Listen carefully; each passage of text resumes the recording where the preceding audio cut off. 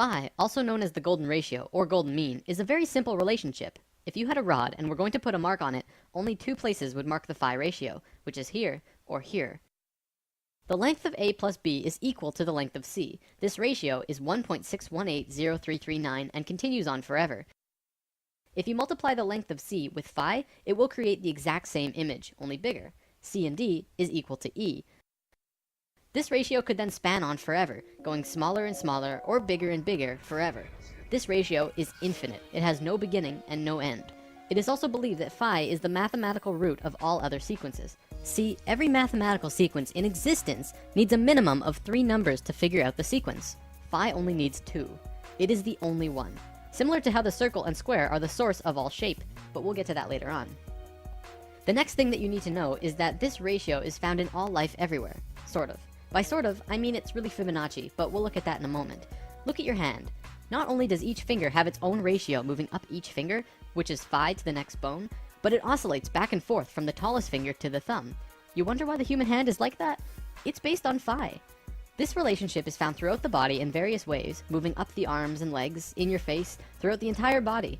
This is a Greek statue that accurately represents this. The Greeks were very precise when they made their art, because they understood phi, Fibonacci, and the importance of these sequences. When the Romans took over Greece, you could see the perfection in statues just completely disappear. I'm not saying the Romans were bad artists, they just didn't measure everything to the same caliber that the Greeks did. Here is the phi ratio in butterflies. You can see this ratio everywhere, from the wing size to the body to the antennas. They're all phi ratios. Here's dragonflies. It's the same story. Phi runs along the entire body, and the relation to the body and the wings. Here it is in frogs. Phi is found throughout the body in relation to the head, to the arms, to the fingers, and so on. Well, what about fish? You'd think they wouldn't be found in fish. Well, here's 3 kinds of fish. Once again, the ratios are consistent. It doesn't just apply to these creatures though. Regardless of what mammal, insect, avian, plant, or living creature of any kind, you will find this ratio one way or another. There's a reason for this, but we'll get to that in a moment. Let me show you the importance we used to place on this golden ratio. In ancient times, we built many structures based on phi because we understood divine proportion. This is the pagoda of Yakushiji Temple in Japan. It's built with these same mathematics, from the doorway to the ball on top of the temple. It is a structural embodiment of the proportions that all life holds. The Parthenon in Greece also has the exact same mathematical structure, but even more. I recommend watching Nova's Secrets of the Parthenon if you wish to learn more about this, because the stuff that they find is really cool. The Great Pyramid in Giza also has these proportions. They're incredibly precise, perfect in every way. You'd think that by building these structures using the logical and mathematical proportions so carefully that they would hinder the creativity behind these buildings, but they really don't. In fact, the left brain understanding all of this can even enhance creativity if used correctly. It makes me wonder about all of the world-famous buildings of the modern world. Could phi be a large factor in what makes them stand out? Let's move on to our next sequence, which is called Fibonacci. Now, the Fibonacci sequence is life's way of creating the golden mean. Allow me to explain. This sequence is continually made from adding the previous number to the current. 1 and 1 is 2, 2 and 1 is 3, 3 and 2 is 5, 5 and 3 is 8. You can see how it continues. Now, what most people don't know about Fibonacci is that it actually continually strives closer and closer to the phi ratio. By dividing the current number into the last, you can see this happening. 1 into 1 is 1. Well, that's not close at all. 2 into 1 is 2. This time it's over phi, but closer. 3 into 2 is 1.5, which is under, but closer still. 5 into 3 is 1.666. This time it's over, but even closer. Continuing with that, it's 1.6, and then 1.625, 1.615384, 1.619048, and so on. It continually oscillates over and under the phi ratio, never quite making it there, but continuing on closer and closer every time, until eventually you can't even tell the difference. Because phi is an infinite number, this sequence will go on forever. Let's look at some spirals in nature, another way that phi and Fibonacci can manifest. This is a nautilus shell. Many people will say it's phi, but it's really Fibonacci. See how when it's in its earliest form, it's crude, not smooth or anything? One look and you can tell that's not phi. But as it goes out farther and farther, it gets closer and closer to phi. It becomes a nearly perfect phi spiral by the time it's all the way out here. This also happens with sunflowers, pine cones, and many plants in nature. In many cases, such as the pine cones and sunflowers, it flows in a double spiral or more, much like the spiraling arms of a galaxy. From the microcosm to the macrocosm, spirals are always present. So phi is basically source, or spirit, or God, in a mathematical way of thinking. The math of God. Don't forget that this sequence is an intimate part of nature itself. I'm going to call it source. It is the source of all mathematical sequences, and all life in existence grows based on phi. However, phi has no beginning and no end. Life doesn't know how to deal with that. It's like Source says, go and replicate this, and Life says, we don't know how. Because Life doesn't know how to create from something that has no beginning. So it creates the Fibonacci sequence instead, which has a beginning, but starts out crude, very basic, and then continually goes closer and closer to Source, becoming more divine every step. It does take steps too, which actually has quite a bit to do with evolution. Let's move on for now though. The only other sequence you need to know for this is binary sequences. This is a sequence like 2, 4, 8, 16, 32.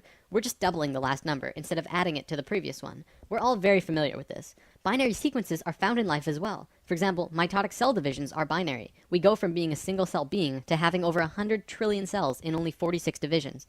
Binary sequences are also how computers work, by turning on and off chips. Computing at its core anyways is binary. Okay, let's move on to something different for now, but what we just looked at will reveal itself in time. This is how a polar graph usually looks, with 36 radial lines in 10-degree increments representing the 360 degrees. Then, concentric circles are drawn, each with the same distance away as the last, creating 8 equal demarcations as the one before, counting the inside circle as 1.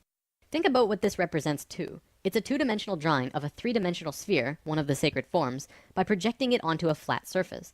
This is also called a shadow form, and casting shadows is a sacred way to obtain information. Also, a polar graph has both straight, male lines and circular, female lines, both male and female energies interacting at once.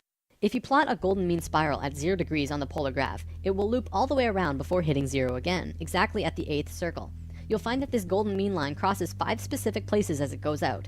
These places are where the female circular lines meet the male lines. It crosses at 120 degrees, 190 degrees, 240 degrees, 280 degrees, and then it jumps to 360, or back at 0, depending on how you look at it. What's interesting about this is that it creates both a binary and Fibonacci sequence. Looking at the radial increments from the center, it crosses at 1, 2, 3, 5, and 8. Well, that's Fibonacci, but it also crosses at 2, 4, and 8. Well, that's a binary sequence. We're going to look at the binary sequence in particular though, because what you find is very cool. If you draw lines from the outermost circles on the lines where the binary sequence was formed, you get this image. It is an equilateral triangle. If you continue the spiral outward, it would continue to hit these exact same places and continue to form larger equilateral triangles. Let's divert yet again to look at something very interesting. There was a man named Keith Critchlow who discovered something very important to understanding the geometry of music.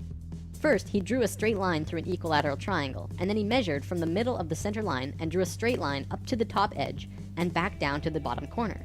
Then he did the same, but passed through the center line of the top and back down again. He did this yet again on the other side. You can keep doing this on either side as well. By drawing this funny little form, he discovered something of great importance. He writes, continuing in this way, each successive proportion will be the harmonic mean between the previous proportion and the total length, and all of these proportions will be musically significant.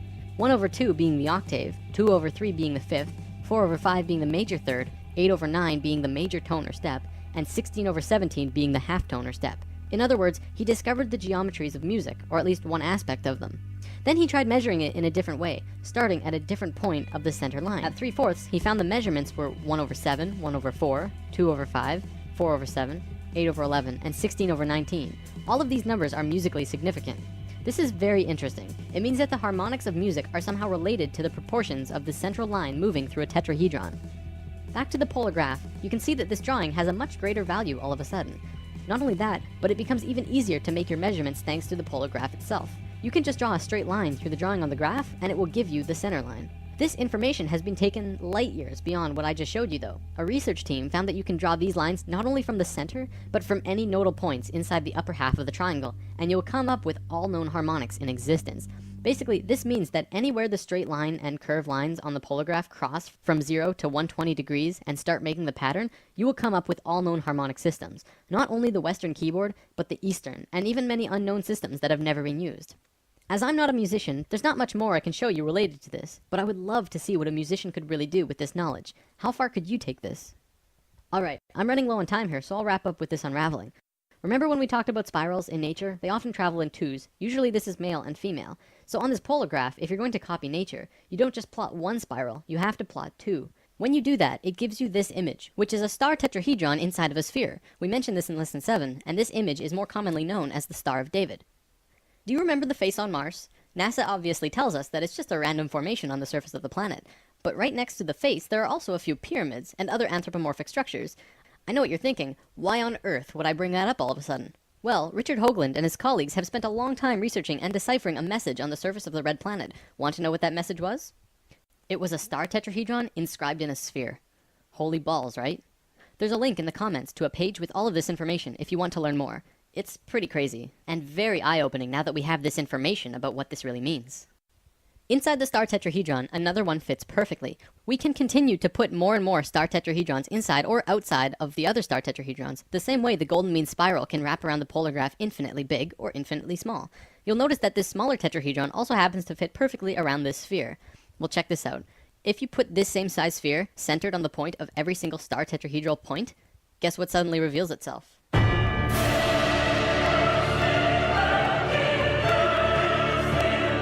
The fruit of life.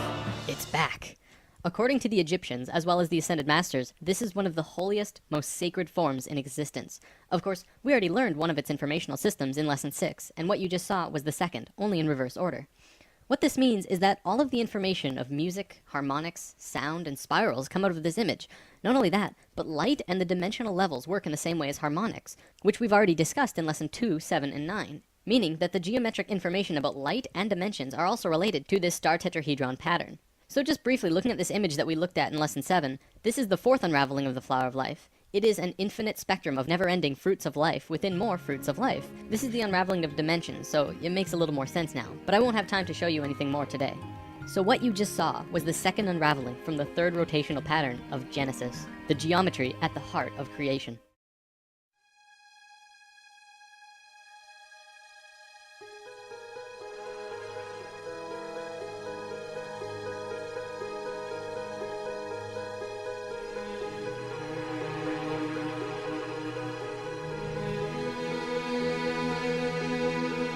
The foundation of quantum mechanics is explained by the following experiment. Suppose we have a wall with two holes. Suppose we shoot marbles at it, one marble at a time. Behind the wall, we have a cloth. Each time a marble hits the cloth, we mark where it landed. As marbles hit the cloth in the same spot more than once, we mark the red mark darker.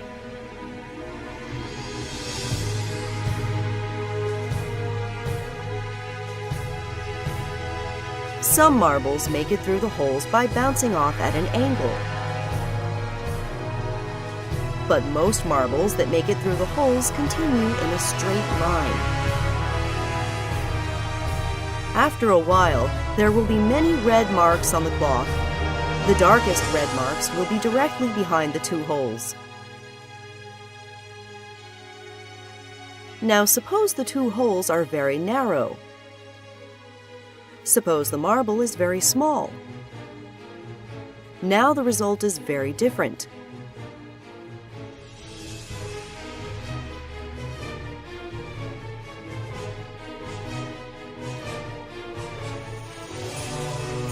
A striped pattern is produced.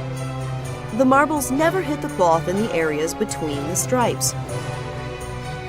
All particles in the universe produce this striped pattern, provided that both they and the holes are small enough. No matter how many times we repeat this experiment, and no matter what type of object we use to replace the marbles, the result is always the same. Only one known phenomena can explain this result. Waves. When a wave passes through a hole, it spreads out on the other side.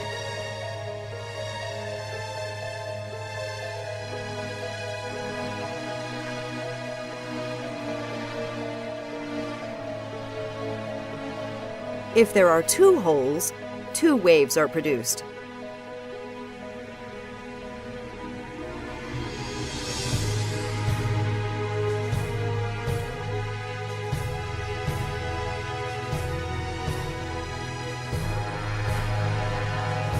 When you have two waves, they interact with one another.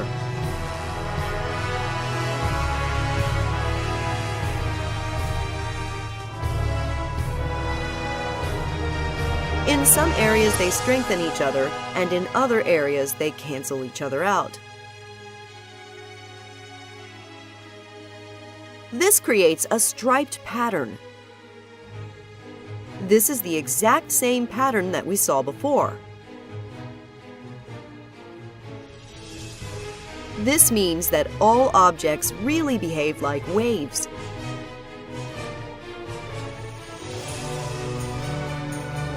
But if all objects behave like waves, then why don't we see a striped pattern for the large marbles?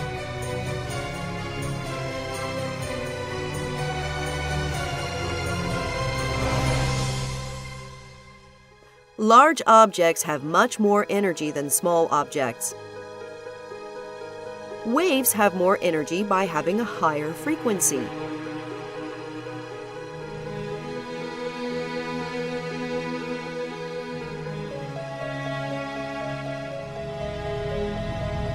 When waves with higher frequencies interact with one another, the pattern is different.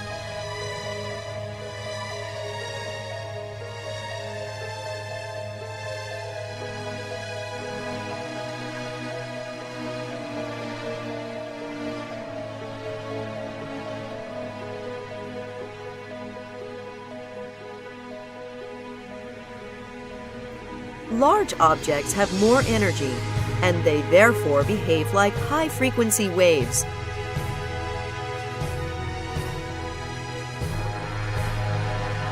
This is why large objects do not produce a striped pattern, but small objects do.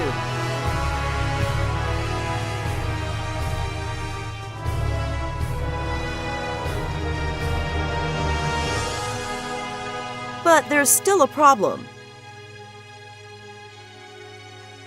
For a wave to produce a striped pattern, each wave must simultaneously pass through both holes, so that there will be two new waves that interact with one another.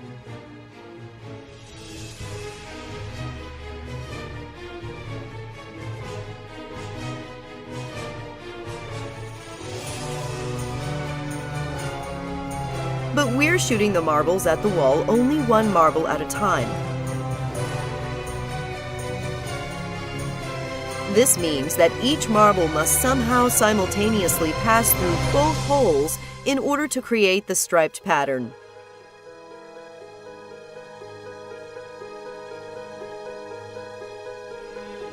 Let's see if this is what actually happens by blocking one of the holes.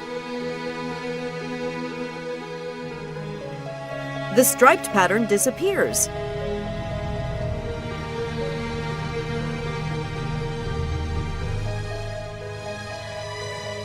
Most of the marks are now directly behind the one open hole.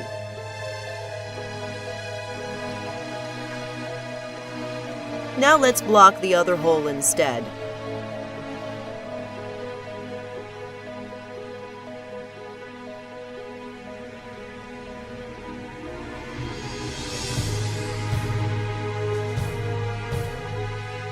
Again, the darkest lines are directly behind the one open hole.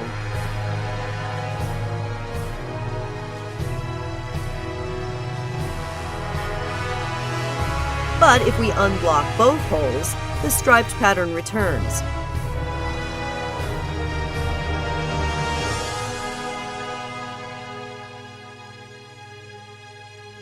Areas that were hit many times when one of the holes was blocked are now never hit when both holes are open. This means that each marble really does have to simultaneously pass through both holes to produce a striped pattern. Let's test this by putting a detector in front of each hole.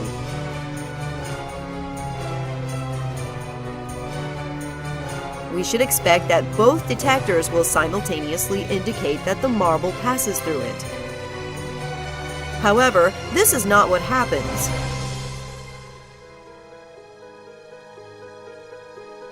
Each marble only passes through one detector or the other, but never both. Also, once we place detectors in front of the holes, the striped pattern disappears. Now the darkest lines are directly behind the two holes, just as when we blocked one hole at a time. Let's try putting a detector in front of only one of the two holes. It turns out that having even just one detector has the same effect as having two detectors and causes the stripe pattern to disappear. Any attempt to discover which of the two holes the marble passes through forces the marble to pass through one hole or the other, and not both. One detector has the same effect as two because once we know if the marble passed through one hole, then we also automatically know whether or not it passed through the other one.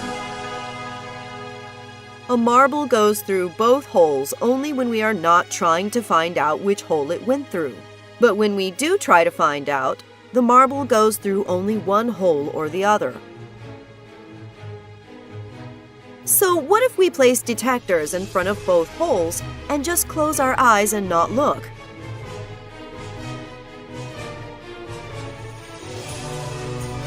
We don't know for sure what is happening when we are not looking, but we do know what the mathematics describing the waves tells us.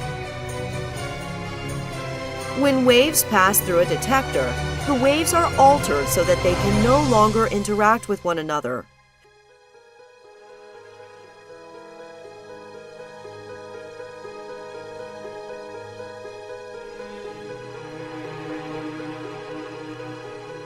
This means that the striped pattern will disappear even if we are not watching it. The detectors will cause this to happen on their own. However, the mathematics also says that each wave still simultaneously passes through both holes, even with the detectors present. But when we open our eyes and look, we always see the detector indicating that the marble passed through only one hole or the other, and never both. Each wave still simultaneously passes through both holes, even with the detectors present. But when we open our eyes and look, we always see the detector indicating that the marble passed through only one hole or the other, and never both. This means that the marble must be more than just a wave. The wave only describes the probability of where we will see the marble when we look at it. The probability of the marble being at a particular location is given by the wave's amplitude. The higher the amplitude of the wave at a particular location, the higher the probability is that we will see the marble there when we look. This means that we can never simultaneously know both the position and the momentum.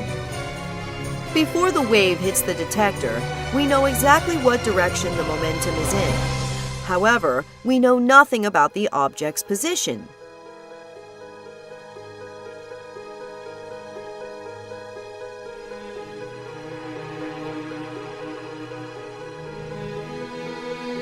Immediately after we see the marble hit the detector, we know exactly where its position is, but now we know nothing about the direction of the momentum. Not only are we not able to simultaneously measure the position and momentum of an object, the object does not even have a specific position or momentum until we observe it. If the marble always had a specific position, then the marble would not be able to go through both holes simultaneously, which is necessary to produce the striped pattern. But if all objects are just a wave of probability until we observe them, then this means that the detectors and all the objects the marbles interact with are just a wave of probability too. Suppose we place an object behind each of the two holes. The marble will knock down one of the two objects, depending on which hole it passes through.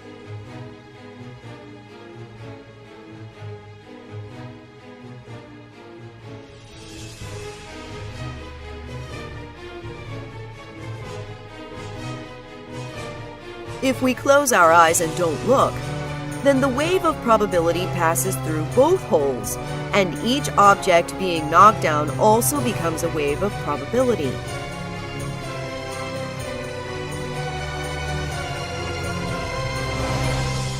Just as each marble simultaneously passes through both holes, each object is now simultaneously both standing up and knocked down.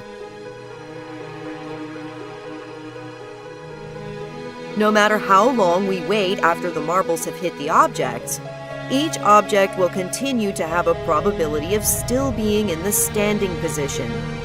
And each object will also continue to have a probability of being in the knocked down position. According to the mathematics describing the probability waves, neither outcome is certain. It's only when we open our eyes and look that we see only one outcome or the other.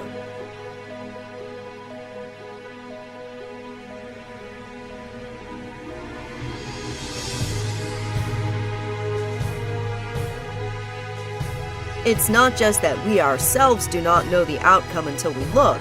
It seems that even the universe itself does not know which object is standing up and which object is knocked down until we actually open our eyes and observe the results. To explain why this is the case and what this means about the fundamental nature of our universe, let us talk about spin. The direction of the spin of a particle can be described by an imaginary arrow. Particles spinning in opposite directions will have their arrows pointing in opposite directions.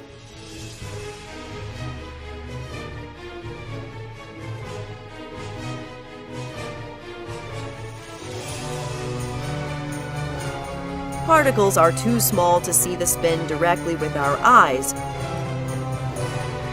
but we can build detectors which tell us if the spin is in the direction of the red plate or if the spin is in the direction of the blue plate.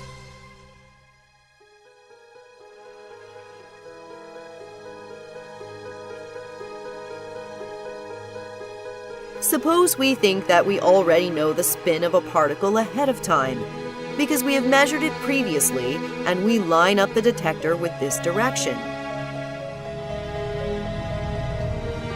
The detector will always give us the same result we measured previously.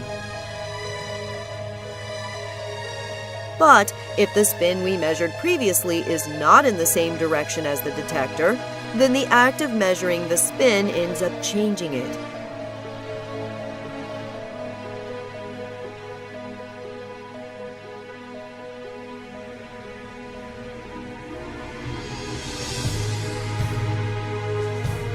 It is not possible to simultaneously measure the spin of a particle in more than one direction at a time.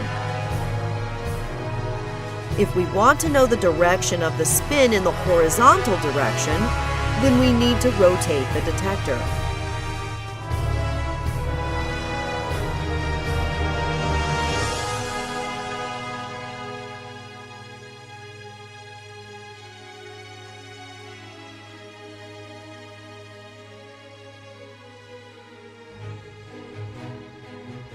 But why does this mean that the universe does not know what an object is doing until we observe it?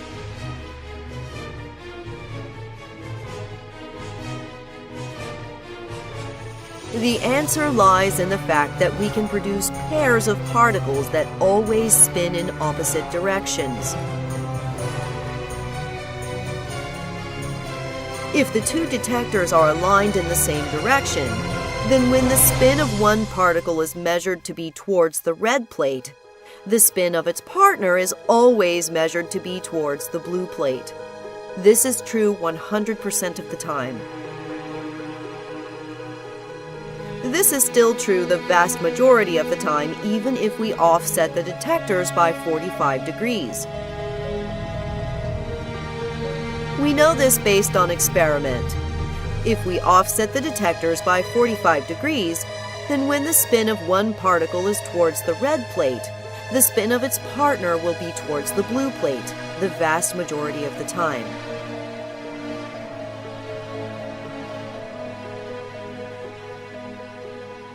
Suppose the two detectors are perfectly aligned with each other, and they are both in the diagonal position. Does the universe know ahead of time that the first particle will be measured to be towards the red plate, and that the spin of the second particle will therefore be towards the blue plate? If the universe knows ahead of time that the spin of the second particle will be towards the blue plate, then this means that the universe must know that the spin of the first particle will probably be towards the red plate, even if we rotate its detector by 45 degrees, either into the vertical position or into the horizontal position.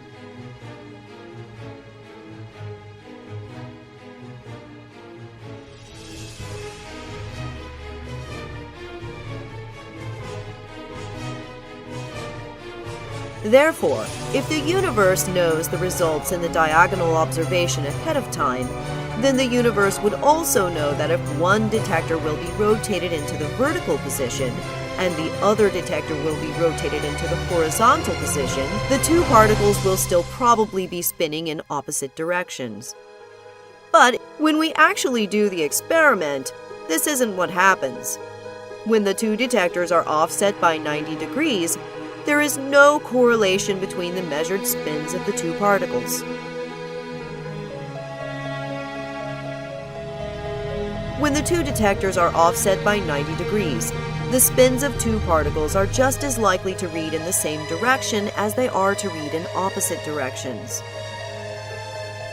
Therefore, if we start out by assuming that the universe knows ahead of time what the measurements will be, this leads to a contradiction. Assuming that the universe knows the answers ahead of time implies that most of the time, the measured vertical spin of one particle must be in the opposite direction of the measured horizontal spin of the second particle. But we know that this is not the case.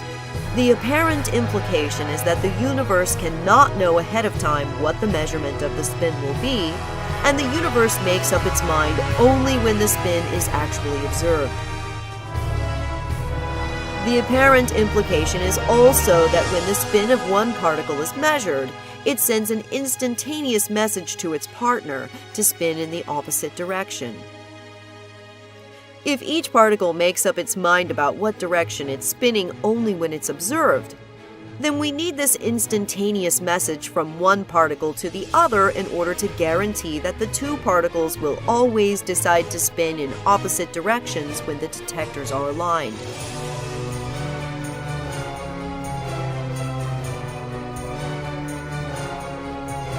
This is true no matter how far apart the two particles have traveled away from each other. Even if we wait until the two particles are on opposite sides of the universe before we make our observation, this instantaneous message still seems to occur. Until we observe the particles, their spins are nothing more than probabilities. But we need to observe only one of the two particles for both of them to simultaneously decide in what direction to spin. If everything in the universe is made out of these particles, including the detectors themselves, then the detectors are also nothing more than a probability until they are observed. According to the mathematics describing the probabilities of the particles, passing through the detector is not what causes the particle's spin to decide to spin in one direction or the other. Passing through the detector entangles the detector to the particle, in the same way that the two particles are entangled to each other. The moment we look at the detector, it seems to send an instantaneous message to the particle, so that the detector's measurement will agree with the spin of the particle. This is the same way in which the two particles seem to send instantaneous messages to each other.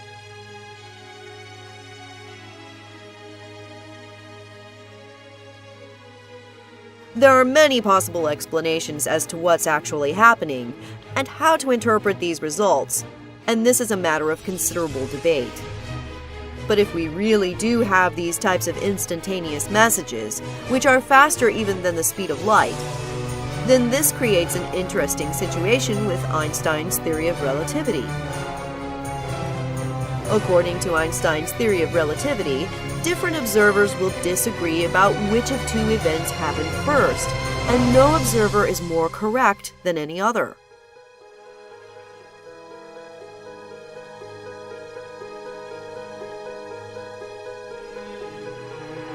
From one observer's point of view, the right particle was observed first and caused the left particle to change its spin.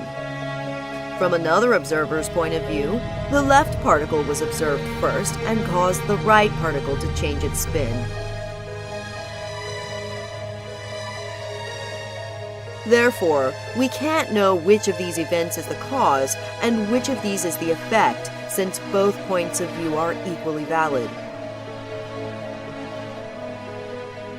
In fact, according to quantum mechanics, we can't even know which particle is which. Suppose we have two particles in a container. Each particle does not have its own separate probability wave. There is only one probability wave, which describes the probability of measuring the two particles in every possible combination of positions.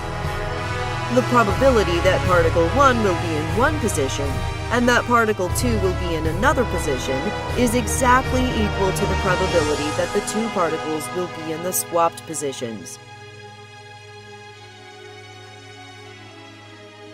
Therefore, we cannot know if a particle we're observing is the same particle we measured earlier.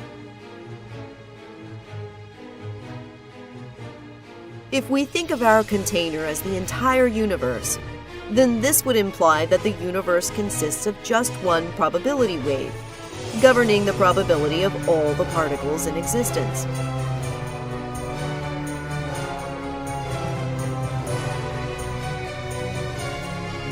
But if we ourselves are made out of these exact same particles, then why is the act of us observing something so fundamentally different from everything else in the universe? This is one of the greatest unsolved scientific and philosophical mysteries of all time.